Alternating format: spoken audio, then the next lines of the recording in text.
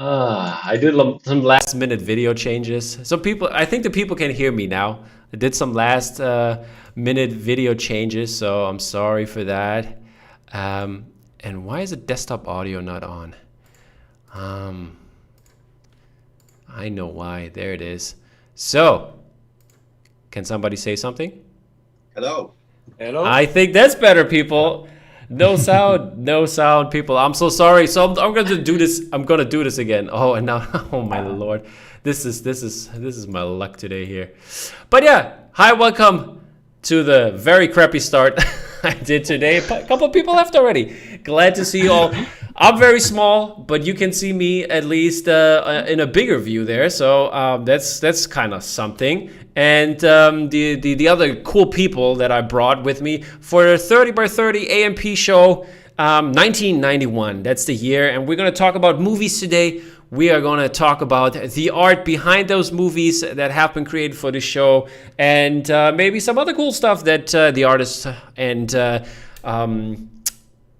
should I call it producer, creative director? What do you call yourself, Simon and Rick? Amp. Just amp. It's just Simon calls himself 30 by 30 AMP show. People in the background.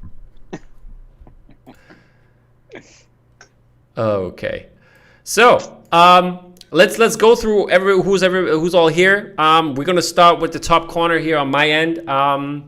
George, Hey, great, aka Rolls Design. What's up, buddy? not bad, not bad, not bad. How's everyone? Good man. Nice to meet you. Yeah. Yeah, it's great to meet you. It's a shame we can't do this all in person, but So it's rubbish, isn't it's it? been Hopefully, awesome. But yeah, it's hopefully still next nice year. to meet you. Yeah, next year, next year. Next year. So if I'm gonna make it out, that would be amazing. I'll see what I can do. It's gonna be in London then, right? Yeah, For sure. it would be. Yeah. Yeah. So this person who says yes, it would be is Simon Hawes. Hawes, is it Hawes or Hayes? I still read Pause. Hawes. Okay. So Simon Hawes from AMP, one of the co-founders, and you are the creative director, I take it, or what role would you describe yourself in? I think Rick would probably agree with this, but we sort of split the roles down the middle. We're both sort of, I suppose, curators, creative directors, overseers of the beast that is now AMP. That sounds very good. So Rick, yeah, tell us a little bit something about you. I mean, I just know you basically from chatting on Instagram. But Yep. what is your daily work? So that's a good question. And like Si says, we sort of split the curation right down the middle. For my sins, I decided to take on Instagram as the challenge some years back, and I haven't stopped since. So I've been posting on Instagram now. I am Amp on Instagram. So if you've ever spoken to Amp or seen a comment or anything or seen any post, that's me. I've been doing that now for, I guess, 4 years, like every day, 365 for the last 4 years without stopping. It's become a bit of a personal challenge. And before that, Simon and I originally met back in art school. So that's our background. We're both creatives. We both did graphics at St. Martin's. I wouldn't want to say how many decades ago, but it was quite a few. I think I might have been there at the same time. Oh, really? There you go. Yeah. We, well, I guess it was. I'll be honest, maybe nearly 30 years ago now. So quite a long time back. No, not quite that long, but a long time. Yeah. That's a lot of experience in this chat, in this little round table we have here. And Rick, one question for you, since I don't know, or maybe both of you, Rick and Simon, you have the AMP of the week. You have so many entries, I guess, every day and weekly. How do you come up with this decision who's going to make it on top? Is there a voting system behind it, or is it your personal choices? Yeah. I mean, it's pretty much what Rick and I decide is probably obviously the AMP of the week. We have so many submissions via the website, but obviously there's a lot of stuff that's shown on social that doesn't come through the website, that is just picked up, scoured daily by Rick on social media. So So we sort of cover all the bases, and then towards the end of the week, we sort of sit down and I suppose just go through them from a sort of curation point of view, and having, like Rick said, a design and art background, and seeing thousands and thousands of posters over the years. We just sort of look for something that not necessarily is perfectly crafted, but maybe tells a story really well, or just has a really nice idea. So yeah. Oh, he's dropped out. He's dropped out, but he will come back, I guess. I hope so, at least. What But he's saying is absolutely right, and of course, also it's about a community as well. So it's about having a finger on a pulse of what everyone's saying on social media, how the posts have been responded to during the week, how that sits within what we've been sharing over the month and year, and. I'm just saying sorry there. Lauren joined us. I'm sorry. Hey, Lauren. But at the end of the day, yeah, Simon and I can make that final decision. Curation point of view, and having, like Rick said, a design and art background. Has somebody still have it on in the background? Over the years. Please mute the YouTube. Otherwise, we will hear us multiple times. But yeah, great to see you, Lauren. So yeah, let's talk about Lauren. Lauren, who are you, and what's up? Hi, I'm Not Cool Co. I did a Ninja Turtles piece for this show. Sorry, I'm jumping in a little late. Don't worry, it's all good. We started off a little slow here anyways, and yeah, glad that you could join us, and we're going to talk about your beautiful piece a little bit later here, but I'm just going to go through the tiles. I see them. So next up is our own AMP Kid Harrington, Josh Beamish. How are you doing today? Hiya, how are you? Did you like your introduction? I hope so. Yeah, I've heard that before, yeah. You heard her before, yeah. So I figured. Before, yeah. but I don't know. You have not been on the podcast here, so I'm seeing I'm calling it as I'm seeing it here. So yeah. Josh, could be worse, exactly. Yeah. Could be the mountain. Yep. but yeah. So Josh, tell us a little something about you. I heard your name before. Where you coming from? What did you bring to this AMP 9091 show? I also did a Ninja Turtles piece. It's famous, those. All together. Yeah. I'm fairly new to movie posters and stuff like that. I've only been doing them for about a year or so, so I'm pretty new. Pretty much a newbie to all this. You're pretty awesome, Josh. So. Oh, thank you. Are you, Josh? How is it so far? How has the scene treated you? I'm really good. So I've been learning a lot with, with every bit that I do, and I hope I'm doing better than the last one.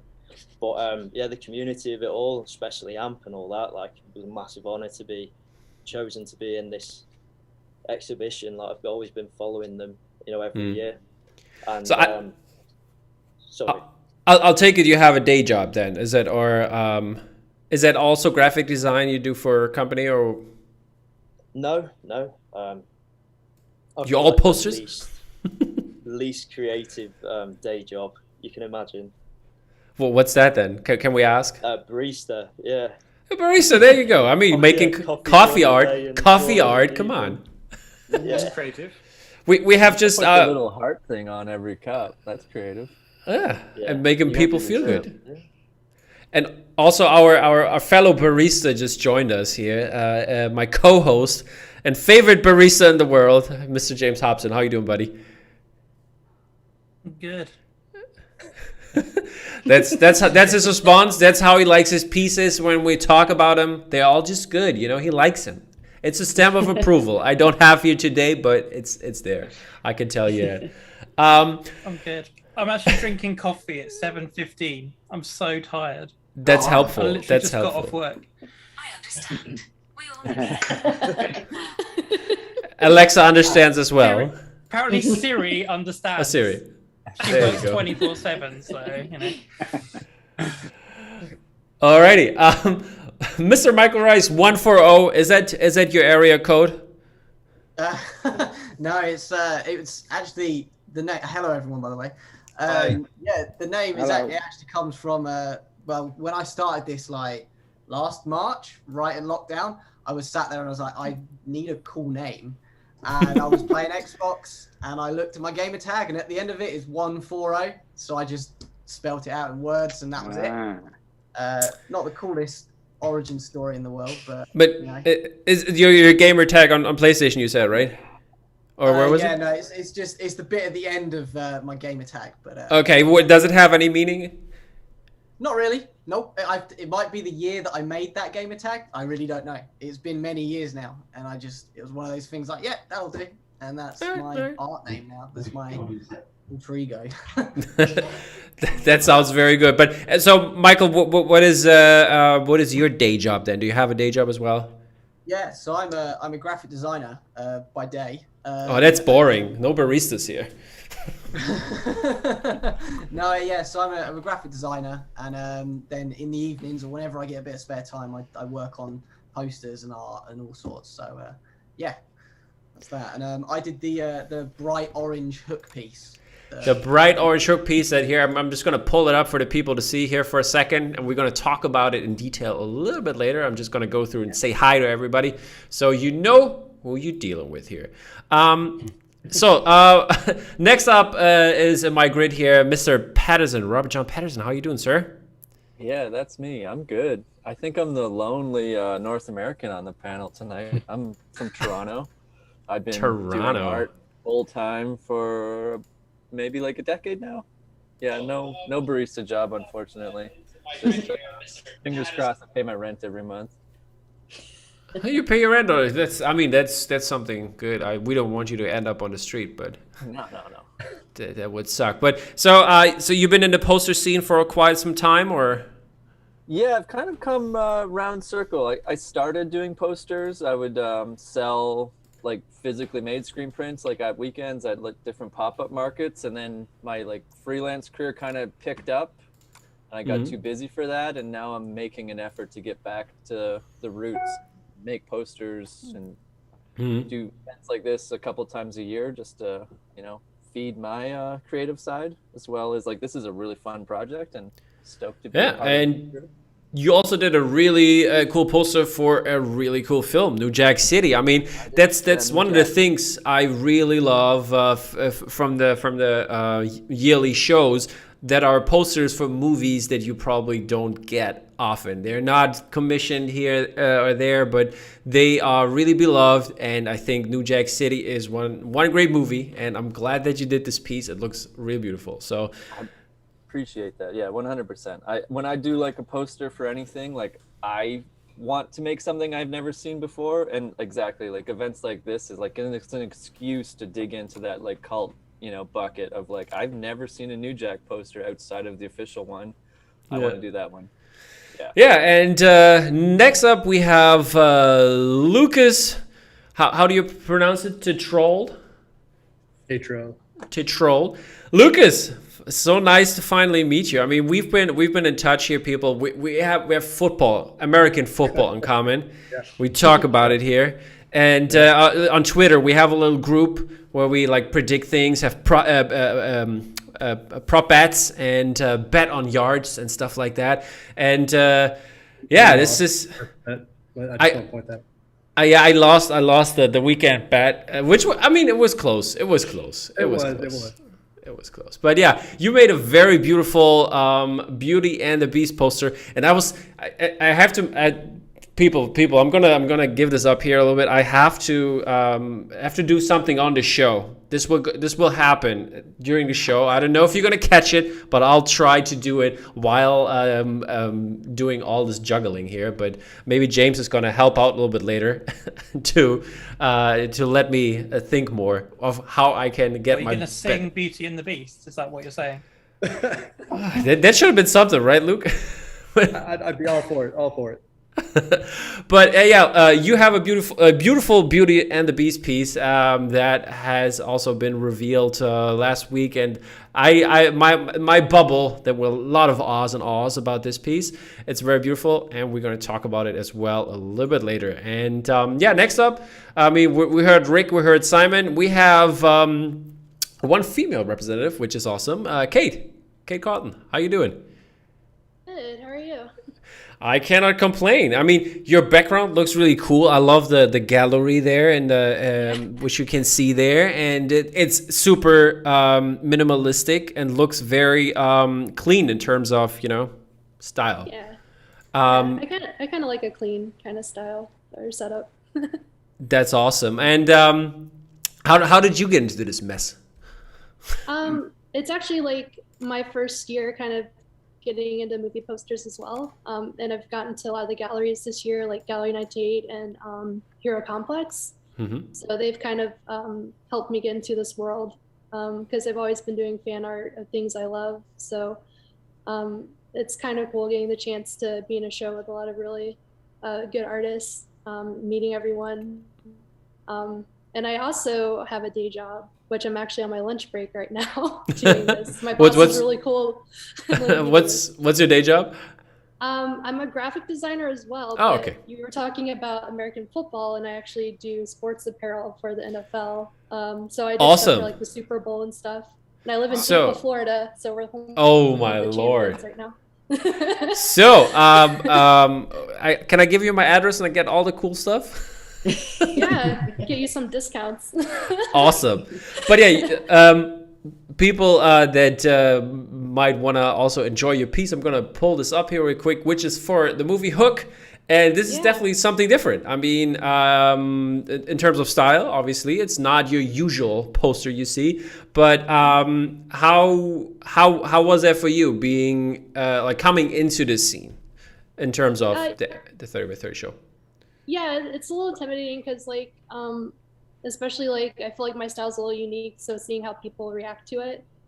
But I feel like Hook was a perfect movie for it too, because very childhood feels, and it was definitely a fun piece because I love colors, so getting to play with colors, and I've definitely been the limited like color palettes lately. So seeing how far I can stretch those color palettes, and I kind of like, even though it's more abstract, I like where you can still recognize the actor too without being too realistic with it. So hopefully it came out pretty well for everyone. I think they did. I mean, people in the chat already liking the stuff we're pulling up, so that's really great to see. People, if you have questions, just hit them in the chat there. We'll try to answer them. And by the way, if this is all for craziness, people, everybody can if I don't have to be the interview all the time. If somebody else want to jump in, just go ahead. I mean, maybe my lovely co-host can do the next people here. Okay, he's leaving. James, you're mean. You're mean. But yeah, are you willing to do some work, James, or? I do 9:30 to 7:30, dude. What the heck? I had a. Who do we have next? Neil. We have Neil. Mr. Neil Davies is up. Hello. Hi. How you doing? Good to see everybody. You too. I was half expecting. Most of the poster artists that I follow are way younger than me, and I was half expecting this entire crowd to be people who weren't even born in 1991. So I'm glad to see that doesn't appear to be the case. I'm not the only old guy here. That's good. James, do you want me to follow up with that? Hello, James. How are you, James? Hi, Neil. Hello. Oh. Hello. Do you want to talk? I'd love to talk, James. What would you like me to talk about? Please talk, so I don't have to. That's my question. I've been self-employed for probably 12 years or so. The first few years of that, I struggled to make money doing caricatures. So I spent many years doing caricatures, sort of give caricatures. That ended up turning into magazine cover work, that type of thing. And I think I started doing posters maybe 5 or 6 years ago, maybe a bit more than that. and that earns me more money than caricatures. So now I'm doing posters. The caricatures are really good though. There's like some political ones and stuff on your Instagram, Yeah, right? Like, yeah. It didn't start out that way, but it ended up doing. I still do like a regular magazine cover, which is kind of political caricatures. Although I can't really. It's all very neutral. The magazine is neutral. It's not lent either way politically, so I can't really go hard on the caricatures and be really cruel, which is a bit of a shame sometimes. But yeah. Well, Still being do a little bit cruel of that. to the current government, you know. I would very much love it. I mean, Are we gonna take it there now? We're gonna take it there now, people. Yeah, we've gone political already. Yeah. That was fast. I really enjoyed doing caricatures of Donald Trump when he was around, because even though he was a nightmare human being, he was brilliant to caricature. So much fun. That all sounds great.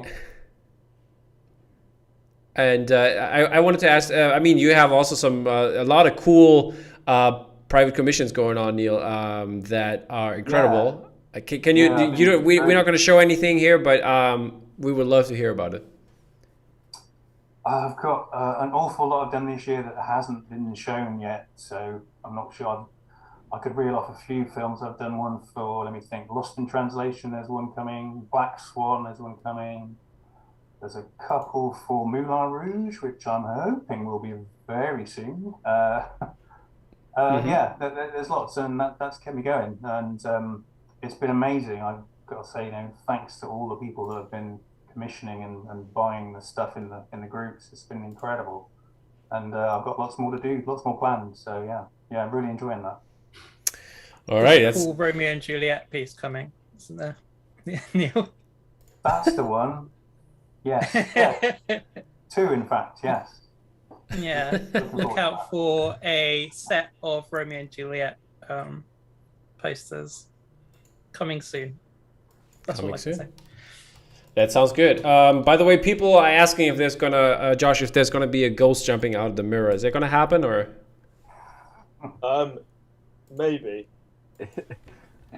Maybe. Yeah. So no occurrences throughout the years. Sometimes, yeah. It's been quiet for a couple of days though. So. All right. Sounds good. So Alex Murray also in the house, and Alex. Hey. You got some cool posters in the background. What is that? Munich 1972 Olympics. Oh, okay, I see. Is it Olympics or it's not for the film there, right? No, Olympic one. Original screen print. Yeah. All right. It's a banger. So Alex, what's up? What's up with you, man? How do we know you, and what's your day job? I did Point Break for this one. So very excited to get involved with that. And I've been doing AMPs for about a year. But in my sort of normal life, I've designed film posters, funnily enough. So I sort of work across with agencies working freelance. But the agency scene is a really different thing from AMPs as well, because it's contractuals, a whole different world. So I love the AMP stuff, man. It's amazing because it's just totally open, and you can sort of play with the ideas of a film in the way that you can't if you're promoting directly. So, but yeah, it's cool. I've been sort of working for myself for about 10 years doing that. And then before that, I was working in London for a couple of different agencies. So. All right, sounds very good. And we heard Lauren here for a second, and I'm gonna skip Lauren for a quick second here and gonna go to Sarah, because I know Sarah is not at home. Sarah is in the middle of the street, basically in a store internet cafe somewhere. Sarah, what's up? Hi guys, how are you? How are you, Tom? Pretty good. It's finally nice to see you in person, by the way, because I mean I just know Sarah as Red Marker. I forgot the number, but on the interwebs here. And yeah, exactly. So what's up? What's your situation? Where are you right now? Right now I am at a co-working space. It's quite near home, so the internet at home decided to go unstable. So I had to reserve some place with much more stable internet. So here we are. That sounds fun. So how did you get into business? I mean, you just joined the poster posse lately, and been turning out some great posters, for example, for the Green Knight. And yeah, what's up? Oh my God! I think I started doing posters with the protege program that was in last year, and yeah, I think I'm getting to. Yeah, okay. I'm very confused. Before that, I was only doing some portraits, fan arts and stuff like that. But I think when I joined that poster program, it was really jump forward for me, and it gave me so much confidence to attach to my art and make more concept-based posters, actually, more than just portraits, which is anyway. That sounds really good. And this poster scene, I mean, it's the show has been going on for 4 years. I think 88 was the first one. What was it, a double show? 88, 89, right? Simon, Rick? Yeah. Simon's dropped out for a minute. God, I can't remember. It was 87, I think it was, wasn't it? Was it 87? I can't remember. Oh shit! I remember. I got one. I got this from the big show. That was the year I got one. Yeah, that was the second show, I think. I can't remember. That's terrible. Quite some time, definitely. Yeah, I'm gonna look it up just to figure it out. And so this these whole shows, I mean, they mean obviously a lot to you guys. But how long do you want to keep this going? 30 by 30. Yeah, 30 years. God. You know, like. It's a really tough question, if I'm really honest with you. This is a passion project for Simon and I, and always has been. Simon came up with this idea almost 10, 11 years ago, so super, super long time ago, before anyone was talking about alternative movie posters. And yeah, I kind of came on the scene, and maybe 2-3 years later, helped him build the website, the first website, and then we've been doing it together ever since. So probably 6 or 7, 8 years of effort on our part, but it is entirely about our passion. We're, as we were saying at the beginning, we're both from a graphic design background, we're both artists, we're both creators, we're just hugely passionate about the AMP scene. It doesn't pay the rent though, so it is absolutely about not yet over money. And that makes it difficult sometimes. It really does, if I'm honest with you. But I can't imagine a time when either of us will ever not want to do it. So, how long does it go, or however long we can keep it going is the answer. That sounds great. I mean, all these movies, it's really nice to see that you can like get them in terms of. But how long is the list that you have for this project? I mean, in terms of movies. Oh, dude! I mean, how many movies are there every year? We're at 1991. There's a lot of them. Ending. But do you put out the full list, or how's that? So we used to. I think in the. Oh fuck. Okay, I'm sorry, people. We just dropped out here.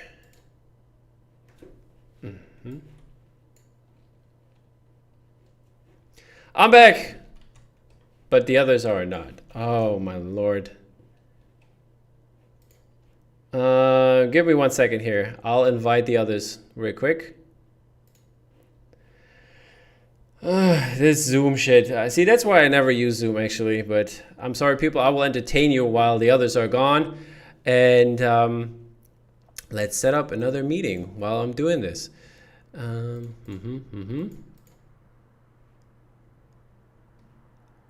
Let's see how I'm doing that.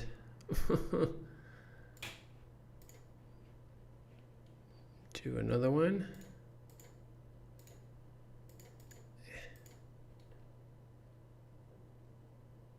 Okay.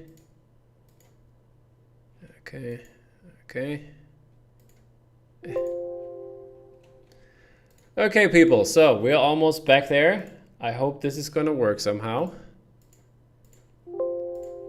I'm so sorry. Let's see if one or more people are going to join here.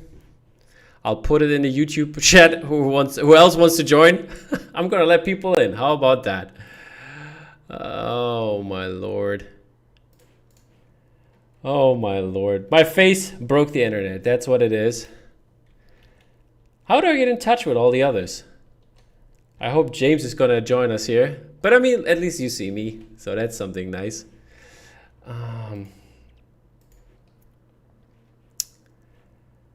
I blame James. No, James doesn't need to be blamed. It's all my fault. It's my fault. I should have done better. Be better prepared. But I'm gonna send an email to Simon. I hope Simon is gonna read this.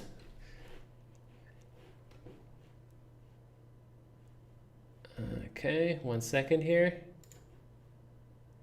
And Simon has to send it out to everybody.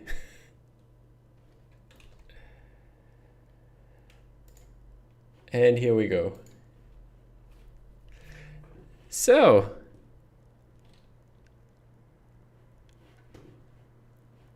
people are getting, I'm getting people the link while we're talking, so this is going to be super fast. Just if write me on Facebook, Instagram, people, the ones that need to join, or whoever wants to join. It's just fun and we talk about art. So join us.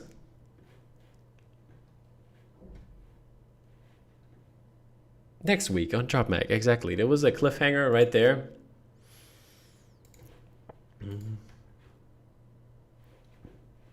Should this work now? I send out a new Zoom link. Get in there, James, get in there.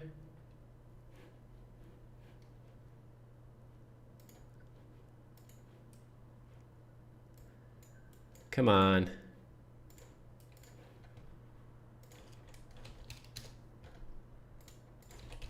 So, I hope this is working now. People, I'm really sorry. I'm really sorry. This is it feels like I do this for the first time. But I guess yeah.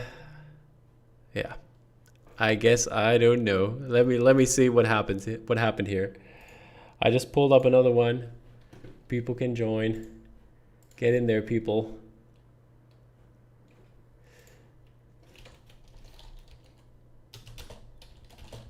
Is that a new one? I think it should be a new one. Is it the same? Can somebody tell me? Amp EMP? Amp? Oh, there's one. There's one. Finally, I'm not alone anymore.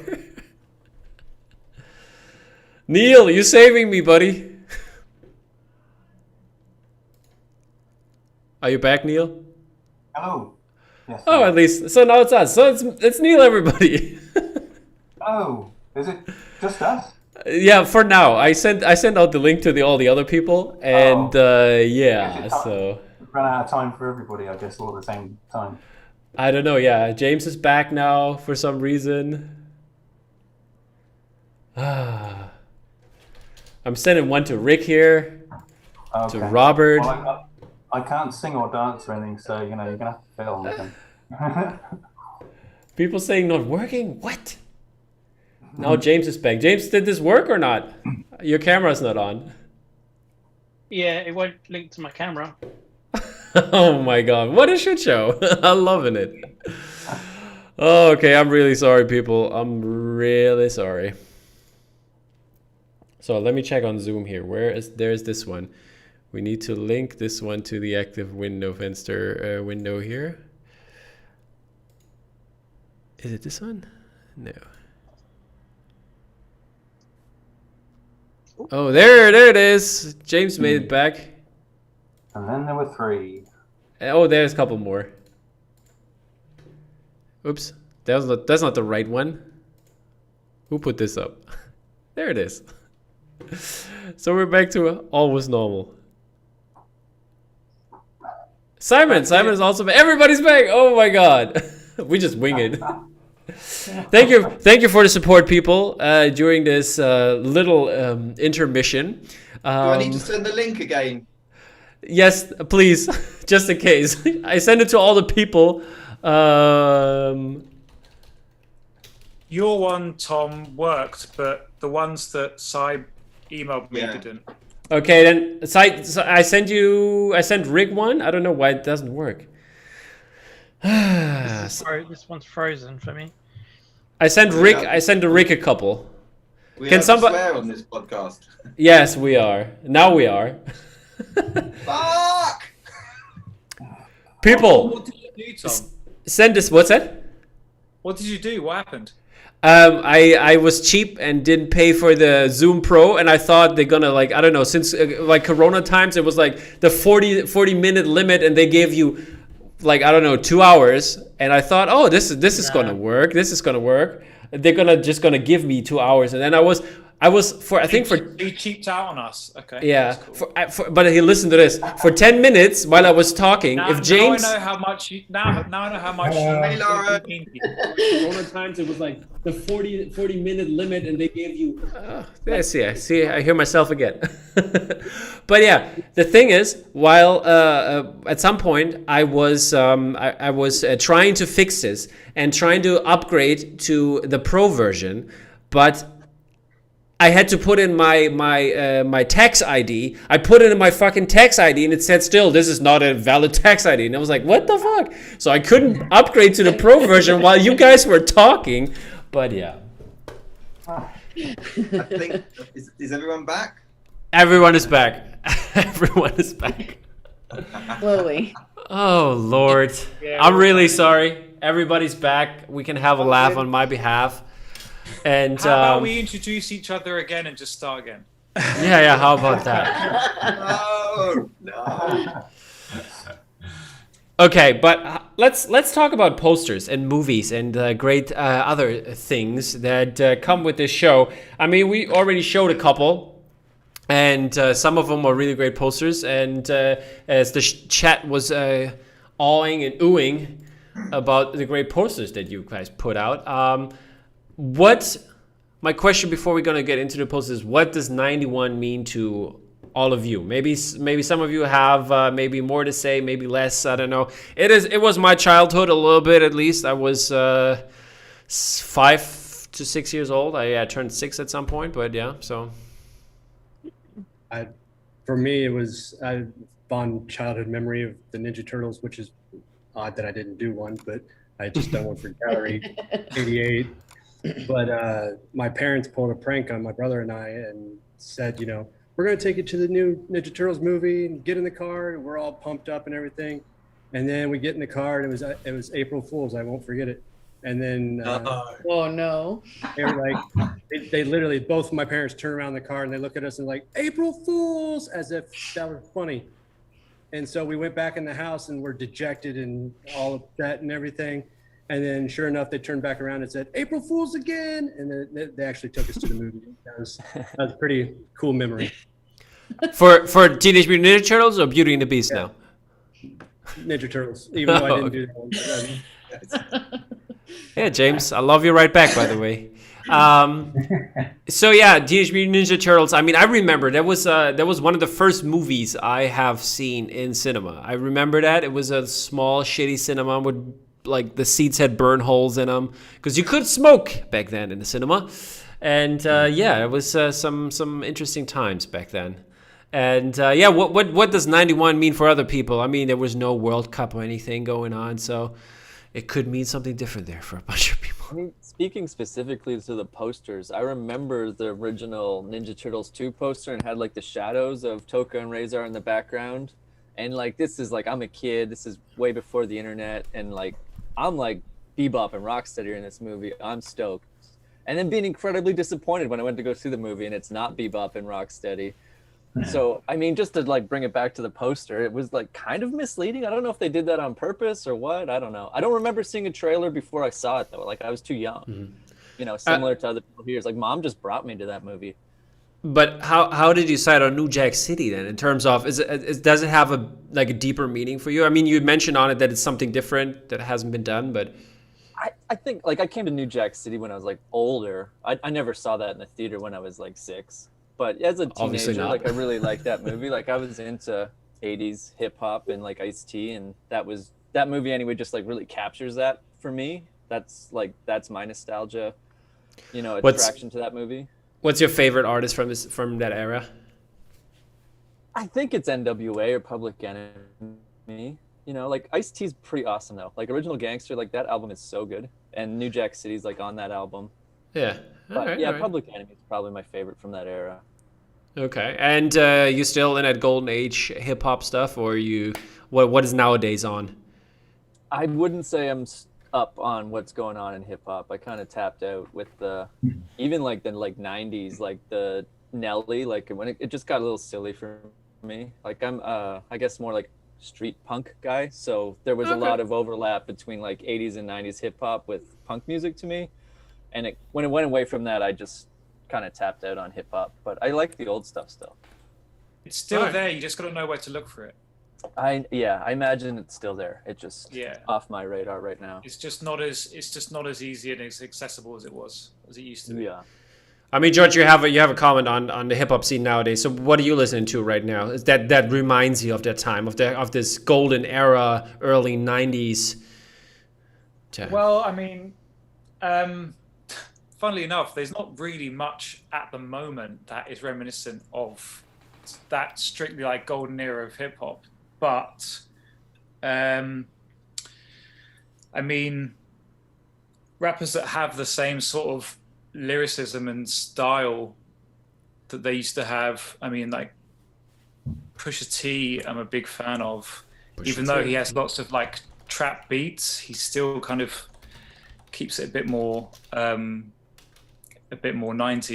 But at the moment, I'm listening to a lot of Run the Jewels. I'm a big fan of them. They've definitely got like punk vibes as well. Punk, electronic, hip hop vibes. That's kind of it's very weird kind of mixture of sounds, but they're so good. And then British hip hop wise, Little Sims, she's pretty big at the moment. Did you? Oh, by the way, maybe the other people as well. Did you guys see the what was it? The Idris Elba, the new one, for what was it, Drippy Dump or whatever they called? It was like a little skit they had for some award show.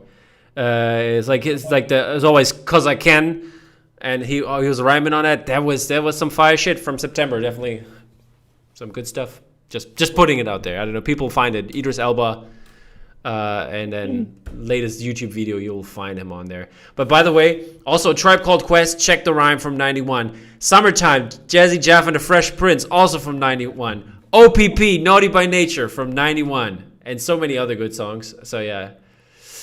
Just putting it out there, and what other music did you like from '91, people? I mean, there can only be hip hop heads like us here. I think I must have been into something like U2 back in '91, something like that. Heard of them. Yeah, old man rock. That was probably what I was into. Yeah. I think U2 had their day by then. Early U2 was great, like super early stuff, like Joshua. That was good shit. Acting Baby was probably the last. '90s was more like early '90s was more like a rave scene, wasn't it? I think that's certainly where I spent '91. I remember I must have been 18 in '91. I was probably in some rave place somewhere in Brighton or somewhere down on the south coast, doing things I shouldn't mention. I don't know why anybody's not bringing up Nevermind, but that was my album, all of '91. All right. I wouldn't know about years, because like in '91 I was 2.5, so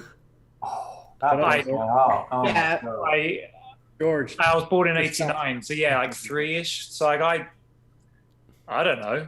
I mean, I don't know. Like, it was all me looking back. It was all me looking back.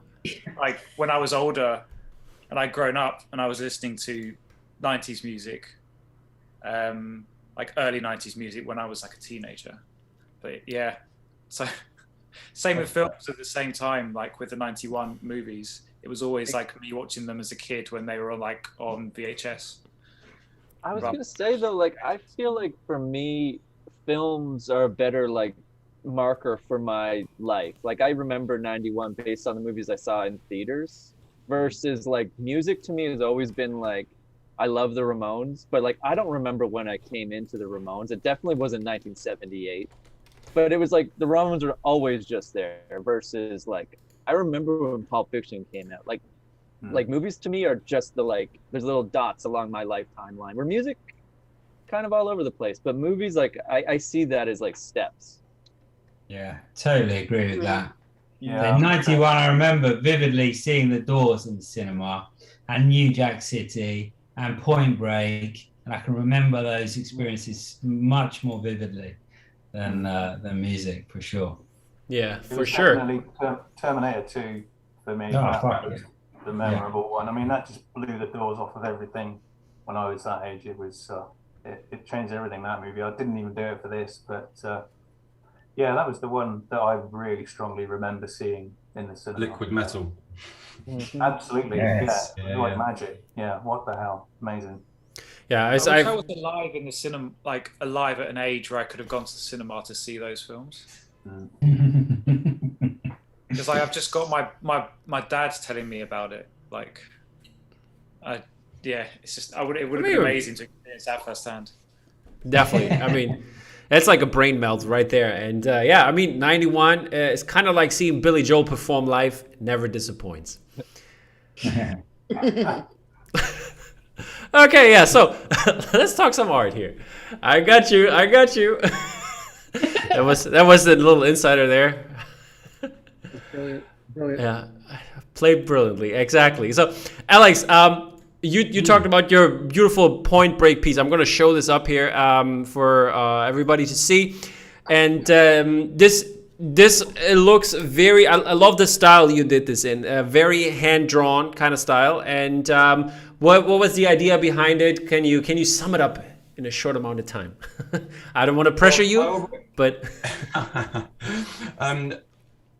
I always try and sum up sort of my memory and feeling when I think back to that film. Even though you've got all the cool masks and the stunts and the heists, what really lodged in my brain was that final scene when he's standing looking at the huge storm and Keanu Reeves unhandcuffs him and lets him go. So I wanted to sort of look back at that, but flip it up a little bit with the shadow and the mask underneath it, and just sort of try and create a whole vibe around that, basically. So.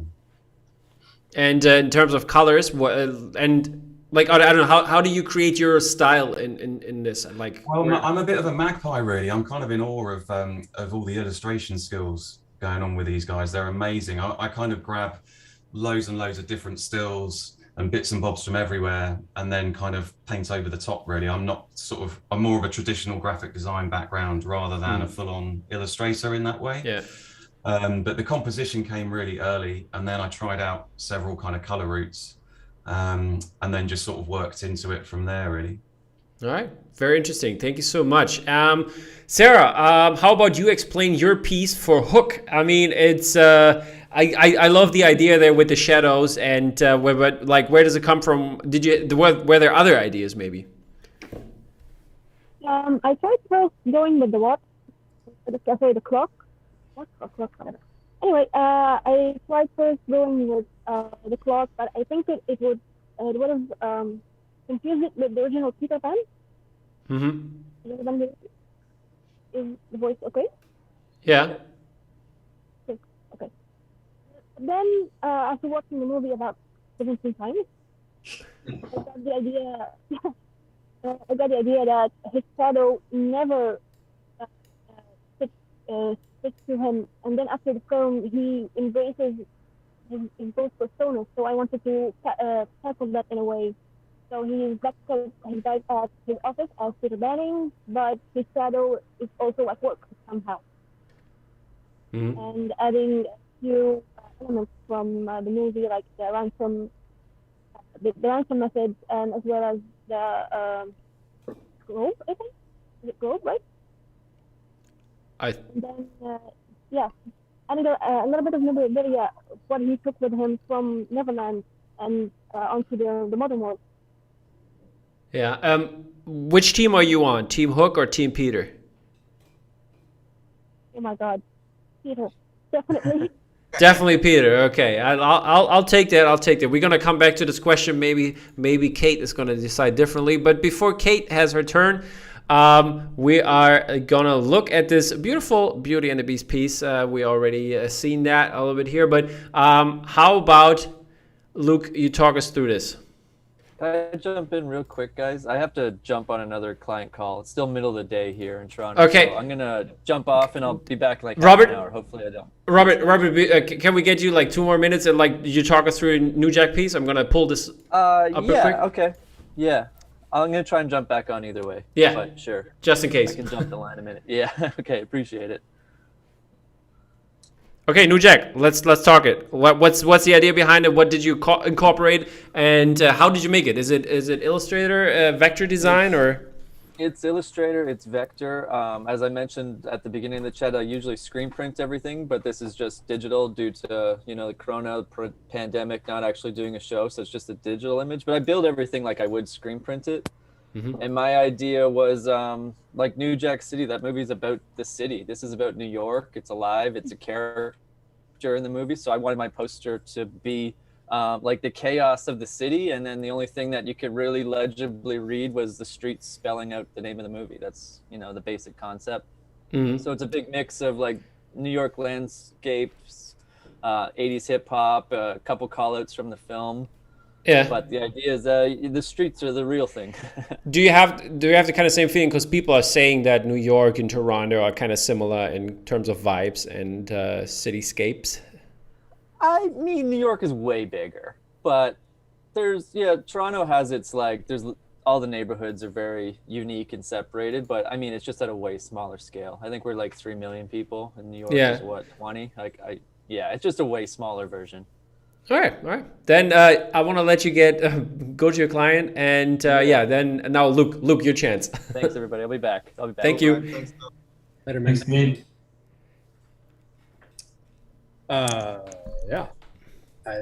So super honored to be part of the show. First and foremost, I tweeted a while back about the whole imposter syndrome thing. This was a large part of that for me. So anyway. Approaching Beauty and the Beast, it was something. Doing animated stuff is rough because a lot of what I like to do is a realist approach, and so doing a unique scene that's not in the film at all was a challenge. And the whole approach there was I wanted to try to tell the story of Beauty and the Beast, but without actually using the 2 central characters as like the focal point. And I thought. I had a whole bunch of sketches going over different ideas of like how I could do that. And the first one that jumped out at me was I drew Lumiere with the Beast as like part of the flame. And I tossed that out to a few people, some people here, part of our group, and said, does this idea stick? Does this pop out as something that really grabs your attention? And a lot of the overwhelming response was, yeah, that actually works. That's unique. So with that, it was then a struggle of, okay, so how do I draw this and make this look like it's part of the film? Because I don't know if anybody pays attention to fire in animation, especially Disney animation, but it doesn't look real. It's more or less a lot of flat layers kind of put on top of one another, kind of animating to look like fire. So when I first took a couple stabs at drawing Beast and Belle and fire, it didn't work out. It kept not meshing with like the style of Lumiere and Cogsworth and stuff. So I spent a great deal of time trying to get that flame to hopefully make sense. And this was also the first time I've tried to draw any cartoon character without like having a good photo reference, like that doesn't exist in the movie. So like I'm drawing Lumiere as if I'm trying to be a Disney animator.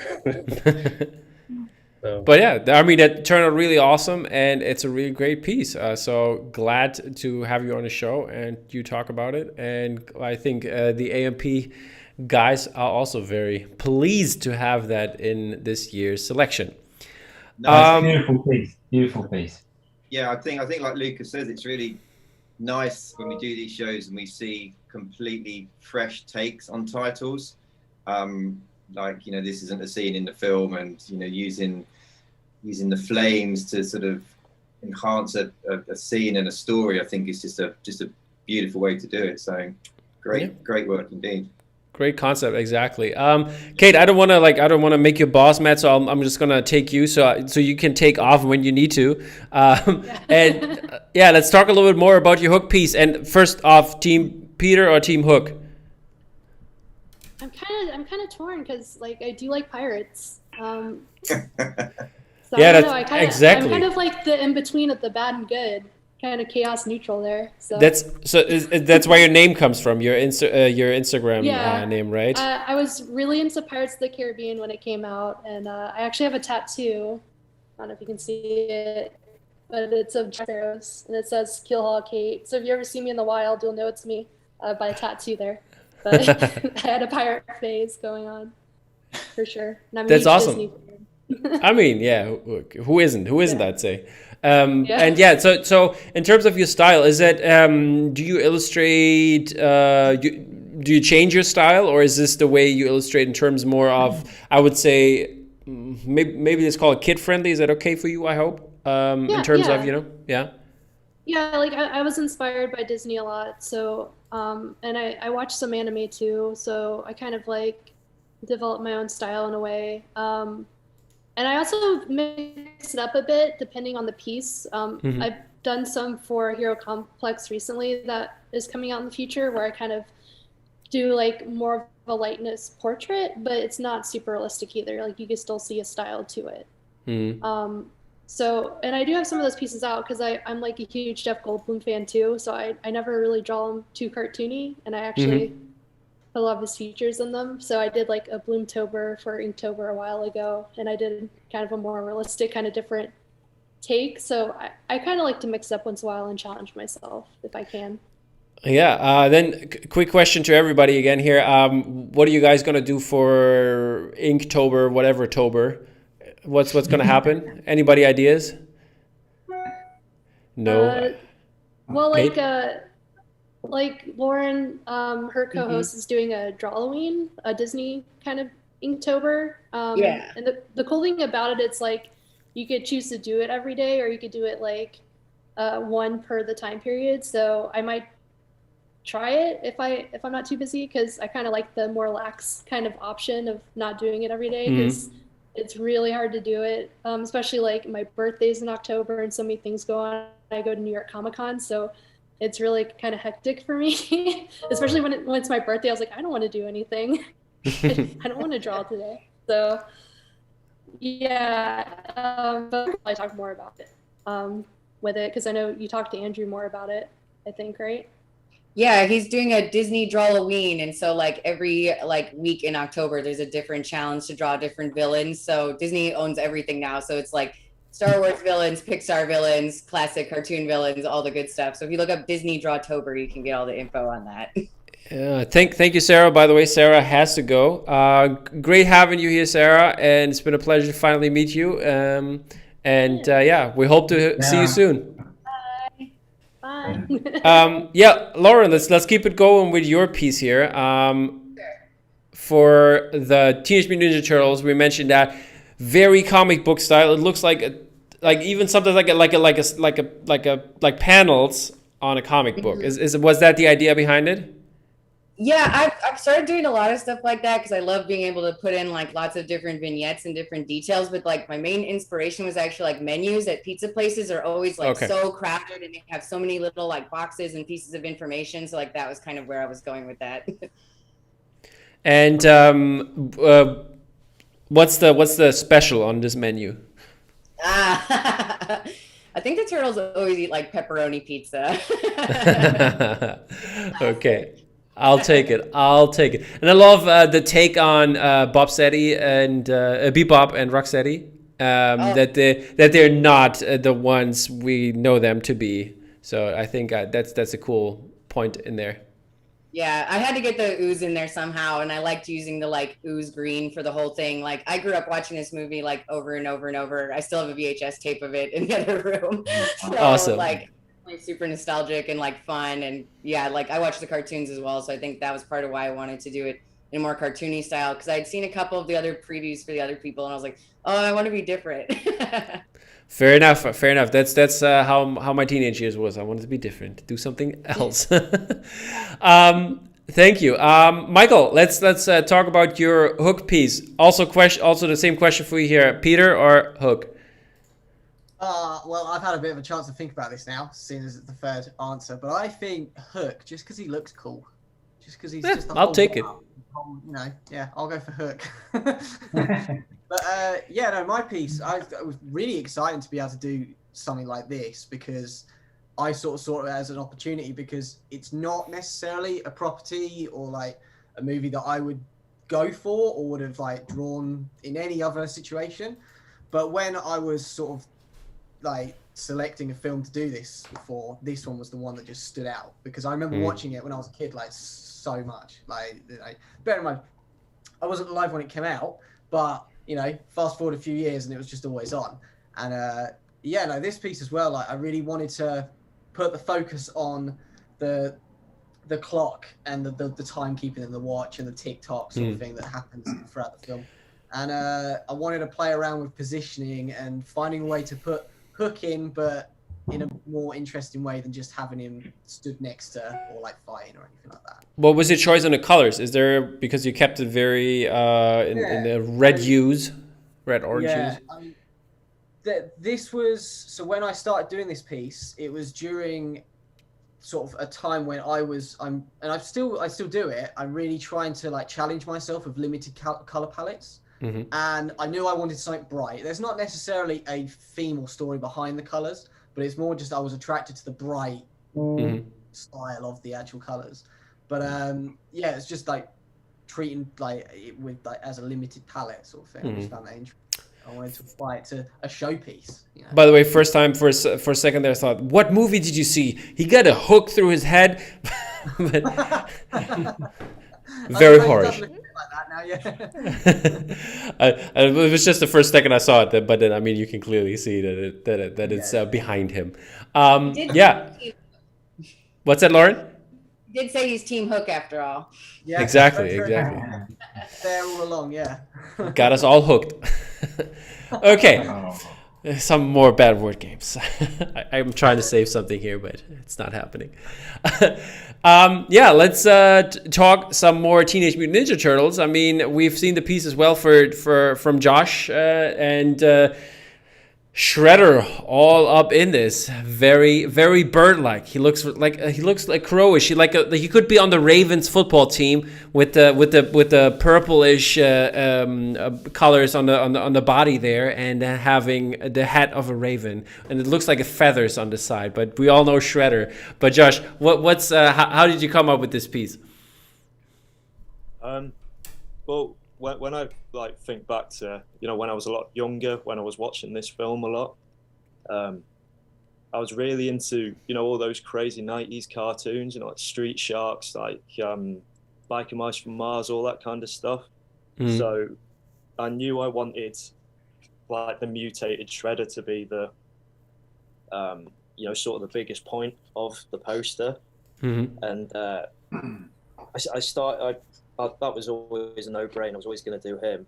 And I actually struggled for a while, what else to, how to put everybody else into the poster. Yeah. And I went to the cinema, actually, and I saw like a really old Star Wars New Hope poster. And it had like Luke Skywalker holding the lightsaber up. And then, so I thought, Donnie's the science turtle, so he's going to have that. I'm going to do him holding that, and then it just sort of, evolved from there. Yeah. But I always wanted to make sure that, I captured that sort of. I wanted it to look like it would be on an action figure box from the 90s. I wanted it to be really, gritty and really look like it's about mutants and stuff. Who's your favorite turtle? Raphael, I think, probably. You think, or else, but I don't know. I like everyone else? No, I would. He's definitely the most popular one. Is he? I don't know. I was always Leonardo or Donatello. They were my favorites. Raph and Mikey, they were like. I was Michelangelo for sure. I like Raphael and Michelangelo, so yeah, I think they're the best. All right. Yeah, Raph and Mikey. You're wrong, guys, but okay. we're just gonna keep it at that. And yeah, last but not least, Mr. Royalston, let's talk about your piece. Didn't you do another Robin Hood piece before? I did, yeah. I did it for 88.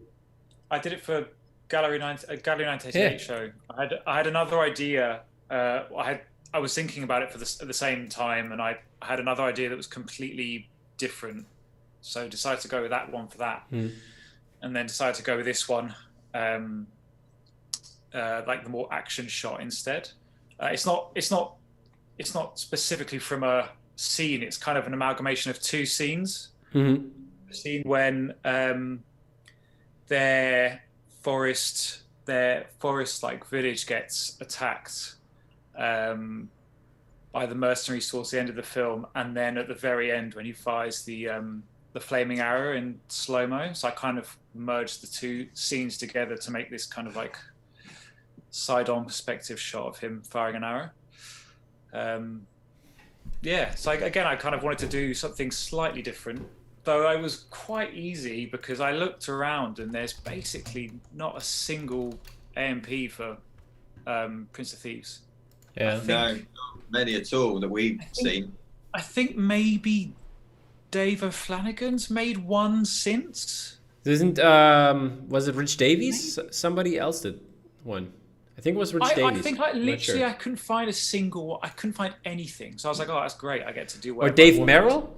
Dave Merrill or Rich Maybe, Davies? One of yeah, I them. think Dave Merrill. I think that's who it was. Yeah. Yeah, it was quite fortunate, I suppose. But I absolutely love that film. I've got such fond memories of it. I always used to watch it when I was at my grandparents. Plus, whenever it was on TV, it was a sort of film like if it was on, I'd always watch it or finish watching it. And then It's so great. First film I saw at the cinema. When I was like 6, and then I went straight out and bought. Or James, your audio is a little off. You got a little robot reverb. But That's yeah, how I roll now. that's how you roll. I know. We fixed it last time. we kind of like I tried to at least. But George, my question for you is: Prince of Thieves or Men in Tights? It's not 91. It's not 91, but it's 93, so close enough.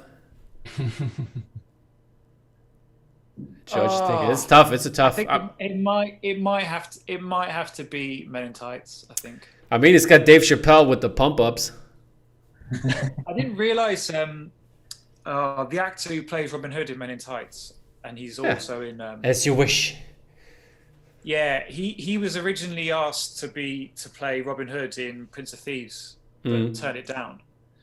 To come back and make it iconic. He didn't like the script, and then he took up the chance to do a parody of it instead, which is quite funny. But all right, a couple people also have to go, and I mean I have only 4 minutes and 40 seconds left on this next meeting that we started. So I guess we're gonna bring this to an end here a little bit. Thank you so much for coming out and talking about the posters that you created for the 30 by 30 show. Rick and Simon, it's been amazing that you've been doing this, and maybe next year, if I'm not cheap enough to pay for an upgraded version on Zoom, we can do this again in a better way, and maybe have everybody on from the 30 by 30 show and talk for 30 hours then.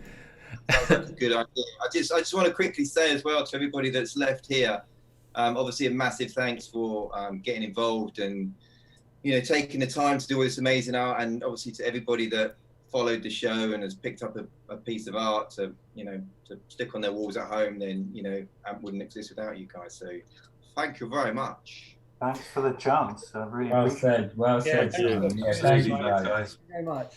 Yeah, no, it's been brilliant. It's been brilliant. It's been great working with you all, and the work's been incredible. So. Exactly. And yeah, so this is it for the show, and our goal is to go out like Willie Nelson on a high. So I'm gonna say this: goodbye And Luke loved this one as well. And thank you so much for coming on, people. And thank you so much in the chat for joining us.